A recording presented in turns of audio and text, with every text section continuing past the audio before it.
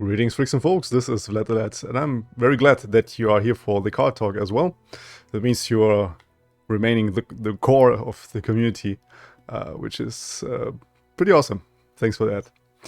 I want to talk a bit in depth about the cards that Akshan is... I keep calling Akshan, I'm sorry. That Akshan is bringing to us. I calmed down a bit after this reaction, and I looked at these cards in detail. So we have Akshan non-leveled, and he will bring us a Warlord's Palace.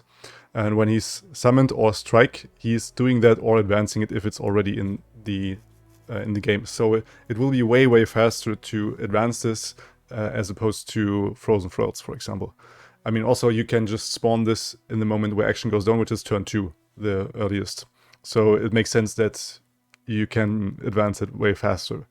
So you advance it not only if he strikes or if he is summoned, but you also get it when allies are targets. So like I said, for example, with the gems and with Taric in the mix, this can be extremely decent as you provide this level up extremely fast. Like imagine this with gems and with the protector, I think the floating wee man dude, and this dude, so you can curve out into them, turn to action, and then the Mentor of the Stones is the name, and then you grant him +2/+2 plus get all these 3 gems if he dies, which most of the time happens, and you can advance it 3 more times the Warlord's Palace by still buffing up the attack from action, which is pretty important as he has quick attack.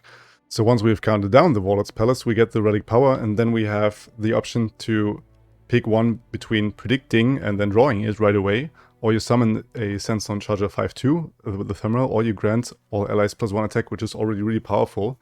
And once you get this other Warlord's Hoard on, it's just the tits. Yet again, it gets advanced by action and also by the other cards that we potential will run that will count down a landmark. And if we are up for that, we get the Sentinel's Hoard, and this is just exploding in value then. So you grant all your champions +2/+2 and spell shield everywhere. This is insane. It has a lot of implications as well with other champions. Then we have the Fount of Power, drawing 2 cards and everything costs 1 less. This effect is also so versatile and gives you so much tempo as you redraw, like you refill your hand with 2 cards. It's basically a salvage for 0 mana, and the drawn cards cost 1 less, so it's a mini... what's it called? A mini progress day. And the other one, granting everything vulnerable, is also just insane. For 0 mana, like we have this card for 7 mana, where you spawn the board full of sand soldiers and granting everything vulnerable. Here you do it as well. And on top of that, you create the strongest ally that died this game in hand for 0 mana. Then this is... poof. There's so much going on with this, and the design of this card is of the roost. Like, why don't you include this in the last expansion instead of the lurk? Like I love the champions, but I don't like the pre-built deck archetype lurk, right? You can't really go out of the Shurima and Bilgewater package, is what I'm trying to say here. And with action, you can, I think, build with so many things. I mean, targeting your own allies is not in every region, but in a lot of regions, and there's so much potential for this dude. I'm totally down for that, and it's actually mind-blowing that we have another champion so freaking fast again. I was, by the way, right in the video that this Crippling Hook is his signature card, which makes him yet again better and better. I'm still thinking of an action Pike deck. It's probably what I will build. Extremely excited about that. And then we have the Absolver, like I said, the 2-mana burst speed where we get +2/+1, so the old Spell Cascade stats, and we can do this yet again on another unit or on the same unit, +2/+1, but Overwhelm on top of it. And this is also like giving Overwhelm on burst speed is dangerous. Like we saw that with Might, for example, and this is sort of a better Might.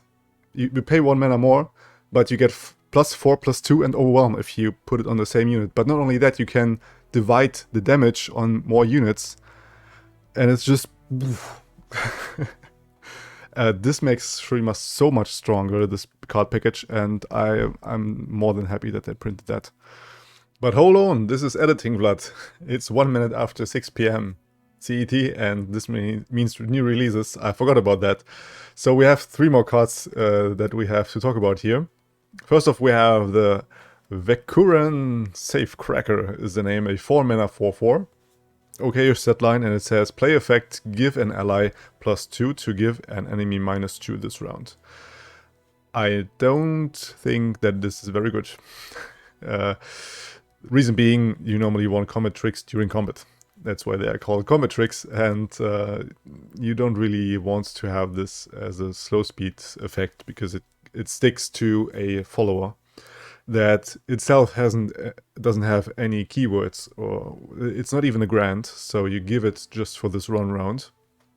I thought about having this in fearsome decks, but if you run fearsomes to relower their attack, you probably also want to have fearsome units. So if this would have fearsome itself, yes, it would be a good card, but other than that, I don't see it being very good.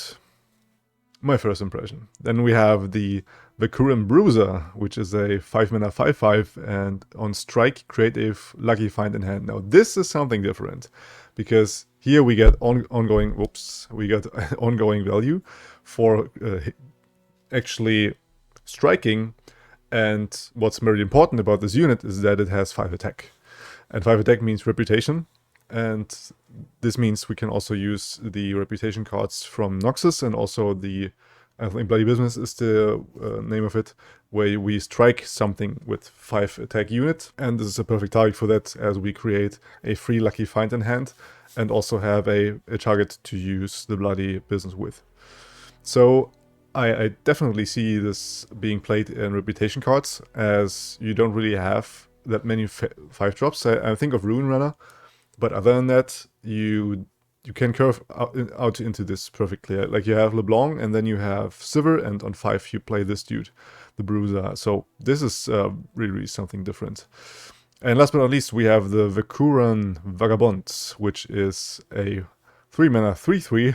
It's they stick to a theme, I guess, that for the price you get the same stats number card, I guess.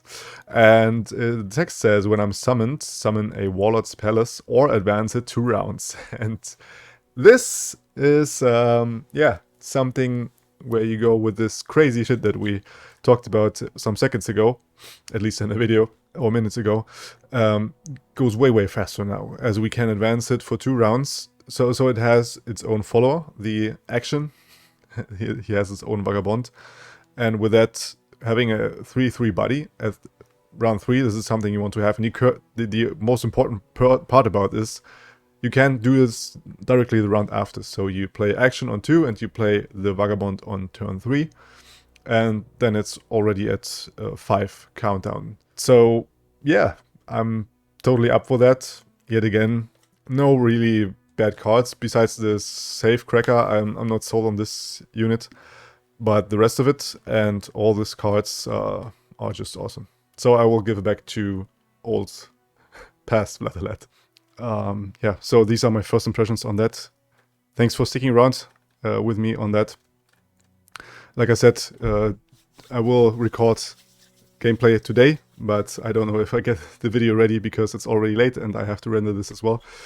So if it will be there will be a link. And other than that, if you don't want to watch that, we'll see each other on another video. And if not, it's also fine.